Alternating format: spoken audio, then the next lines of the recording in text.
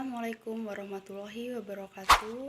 Di sini kami dari kelompok 2 yang beranggotakan saya Fiski Oktavinata dengan NPM 21220015 dan rekan saya yaitu Fiona Cornelia Putri Kodestama dengan NPM 21220014. Di sini kami akan menyampaikan materi yaitu pengertian jenis penyajian, keunggulan, dan kelemahan data. Yang pertama yaitu ada pengertian data. Data adalah sejumlah informasi yang dapat memberikan gambaran tentang suatu keadaan baik berupa angka-angka maupun yang berbentuk kategori seperti tinggi, rendah, dan sebagainya.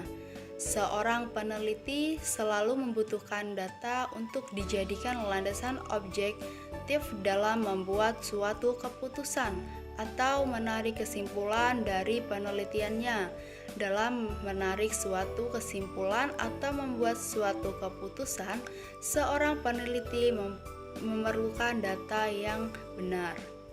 Nah, data yang benar itu agar tidak terjadi kesalahan yang mengakibatkan kerugian besar, data yang baik harus memenuhi beberapa persyaratan sebagai berikut.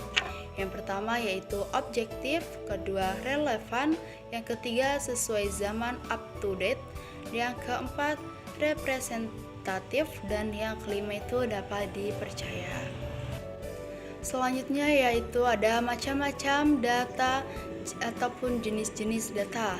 Yang pertama menurut sifatnya data kualitatif. Data kualitatif adalah data yang tidak berbentuk angka. Selanjutnya itu ada data kuantitatif, yaitu data yang berbentuk bilangan atau angka. Berdasarkan nilainya, data kuantitatif dibagi lagi menjadi beberapa bagian, yaitu data diskrit, yaitu data yang diperoleh dari hasil menghitung.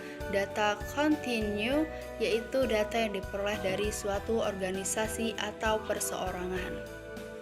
Yang kedua yaitu menurut cara memperolehnya ada data primer, yaitu data yang diperoleh atau dikumpulkan oleh peneliti secara langsung dari sumber datanya.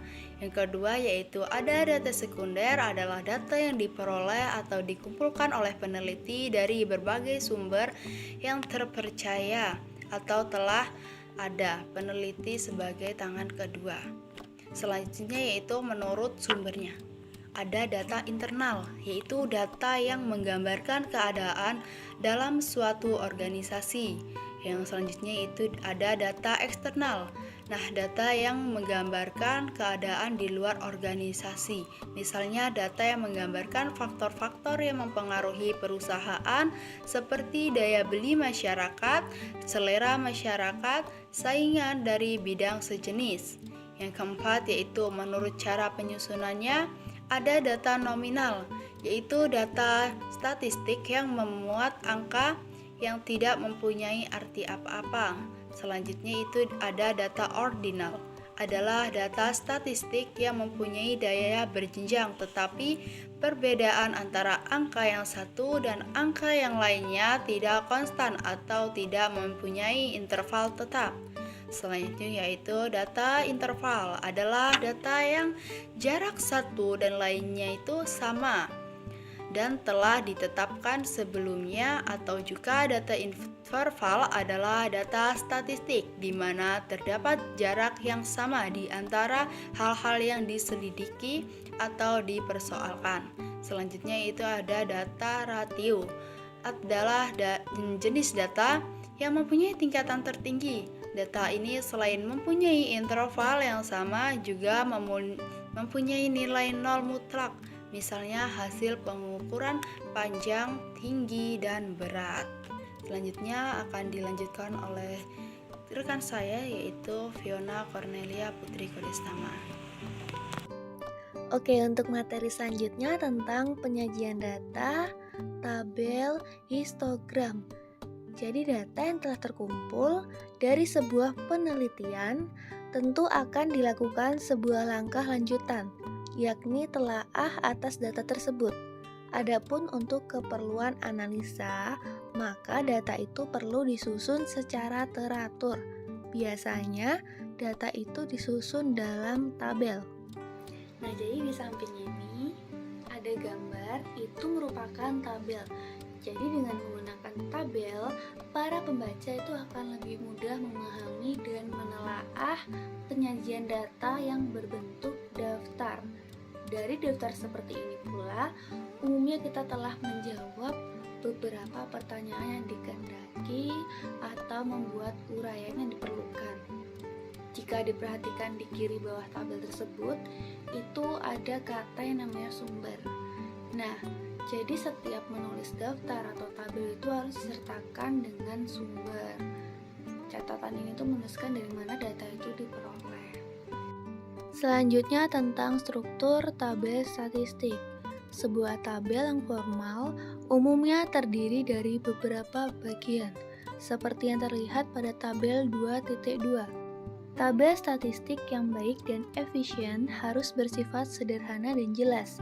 Nama atau title, nama kolom, dan nama kompartimen harus diusahakan agar jelas dan singkat. Pos-pos keterangan dan angka-angka dalam kolom harus disusun secara cermat serta dan mengena. Untuk yang kedua ada bentuk tabel. Secara mendasar, bentuk tabel itu ditentukan oleh beberapa faktor sebagai berikut. Yang pertama ada lebarnya kompartimen tabel, lalu yang kedua ada lebarnya tiap kolom, dan hal tersebut ditentukan oleh jumlah angka yang paling terbesar. Yang ketiga ada cara mengatur spasi kata-kata, dan yang terakhir ada cara mengatur tepi. Nah, sedangkan secara vertikal, bentuk tabel itu ditentukan oleh beberapa faktor lagi.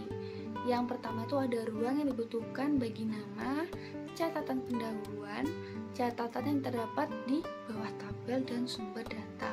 Yang kedua itu ada jumlah baris yang terdapat dalam tubuh tabel. Yang ketiga ada cara mengatur spasi kata-kata, dan yang keempat ada cara mengatur tepi. Yang ketiga ada macam-macam tabel. Yang A, tabel klasifikasi, yang merupakan tabel yang menunjukkan atau memuat pengelompokan data. Tabel klasifikasi dapat berupa tabel klasifikasi tunggal atau ganda. Nah, ini merupakan gambar dari tabel klasifikasi ya teman-teman. Oke, setelah melihat tabel klasifikasi, yang kedua ini ada contoh dari tabel kontingensi.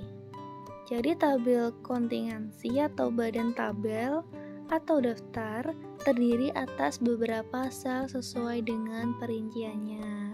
Lalu untuk yang ketiga ada tabel distribusi frekuensi. Nah, ini di sini ada contoh dari gambar tabel distribusi frekuensi tentang skor kinerja guru SMP negeri. Lalu yang keempat ada histogram frekuensi. Histogram frekuensi itu dianggap sebagai grafik frekuensi yang bertangga.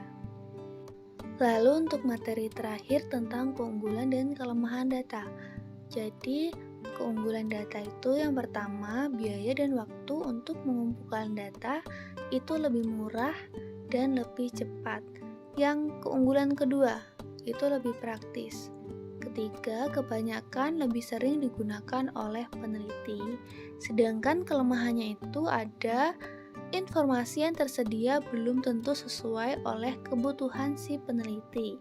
Dan yang kedua itu ada data yang dikumpulkan 5 tahun yang lalu mungkin tidak akurat lagi untuk digunakan dalam penelitian saat ini. Karena penelitian tidak banyak mengetahui mengenai desain penelitiannya atau kondisi pada waktu data dikumpulkan, maka akibat dari itu tuh agak sulit bagi peneliti untuk menilai atau mengevaluasi tingkat akurasi dari data yang tersedia. Oke, itu saja yang dapat kami sampaikan. Terima kasih yang sudah menonton video ini sampai habis. Wassalamualaikum warahmatullahi wabarakatuh.